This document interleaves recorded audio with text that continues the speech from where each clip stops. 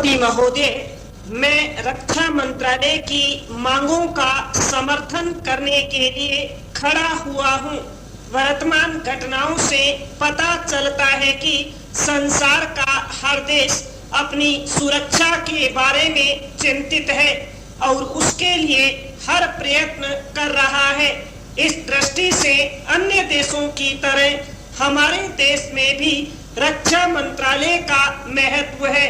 मुझे इस बात की खुशी है कि जहां अन्य मंत्रालयों की उनके पिछले साल के कामों के बारे में काफी आलोचना हुई है, वहां इस मंत्रालय की कम आलोचना हुई है। इससे पता चलता है कि इस मंत्रालय ने पिछले साल अच्छा काम किया है।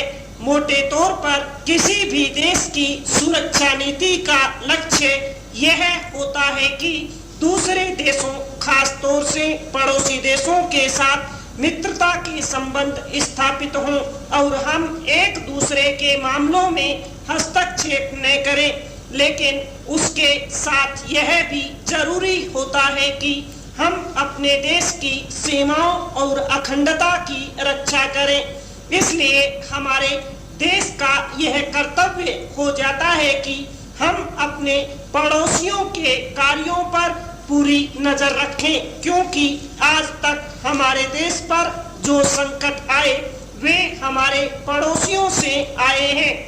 1966 में पाकिस्तान के साथ जो लड़ाई हुई और उसके बाद ताशकंद में जो समझौता हुआ वह सिर्फ कागज पर ही रहा। पाकिस्तान ने उस पर कोई अमल नहीं किया। इस दृष्टि से बहुत जरूरी है कि हम अपने देश की सुरक्षा की हर तरह से व्यवस्था करें। हमारा उद्देश्य दूसरों पर आक्रमण करना नहीं है, लेकिन यदि हम पर कोई आक्रमण करे तो हम में इतनी शक्ति अवश्य होनी चाहिए कि हम उसका डटकर मुकाबला कर सकें। पैरा, आप जानते हैं कि पिछले दिनों पाकिस्तान को अमेरिका और चीन से काफी मदद मिली है। रक्षा मंत्रालय की रिपोर्ट में भी कहा गया है कि पिछले साल अमेरिका ने पाकिस्तान को 1500 करोड़ रुपए की फौजी सहायता दी है। आज जहां हम फौजी सामान के लिए अपने कारखानों की मदद से अपनी शक्ति बढ़ाने का प्रयत्न कर रहे हैं, वहां पाकिस्तान संसार के देशों से फौजी सामान खरीद रहा है।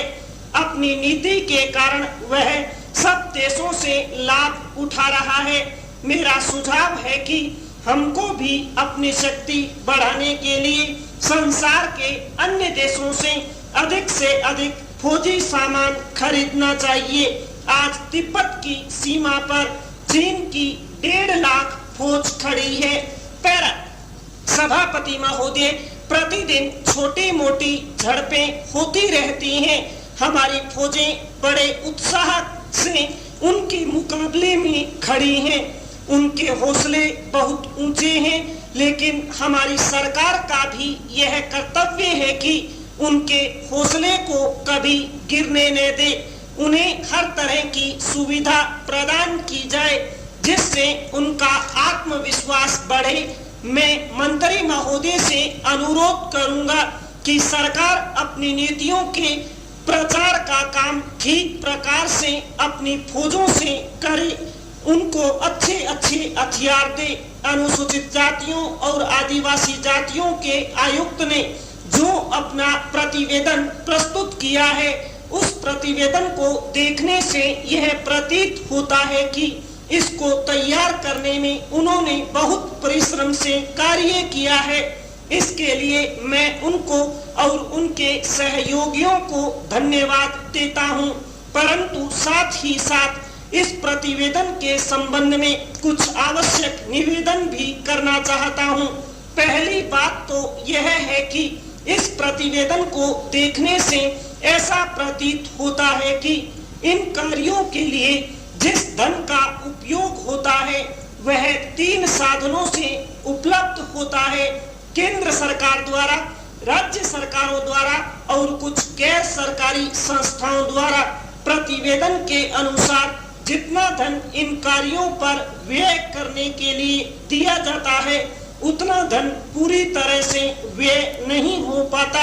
मैं यह नहीं कह सकता कि आवश्यकता से अधिक धन दिया जाता है, यह कार्यकर्ताओं को वह धन प्राप्त ही नहीं होता जिसकी वजह से वह बिना खर्च हुए बच जाता है।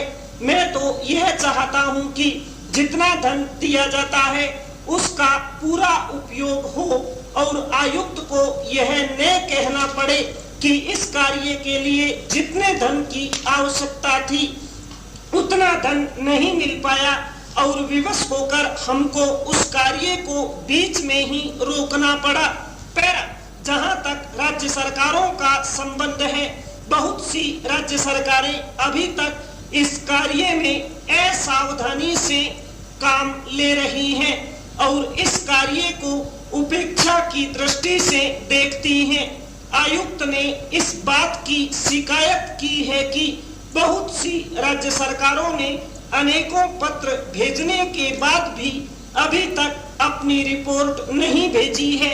मैं चाहता हूं कि सरकार इस तरफ ध्यान दे, राज्य सरकारों पर दबाव डाला जाए कि वे इस दायित्व के प्रति सचेत हों और आयुक्त को उनके कार्य में पूरा सहयोग दें। जहां तक गैर सरकारी संस्थाओं का संबंध है, आयुक्त ने अपने प्रतिवेदन में इस प्रकार का संकेत दिया है कि केवल कानून या सजा के द्वारा ही इस समस्या का समाधान नहीं हो सकता। इसके लिए आवश्यक है कि सामाजिक वातावरण तैयार किया जाए। संपूर्ण विराम।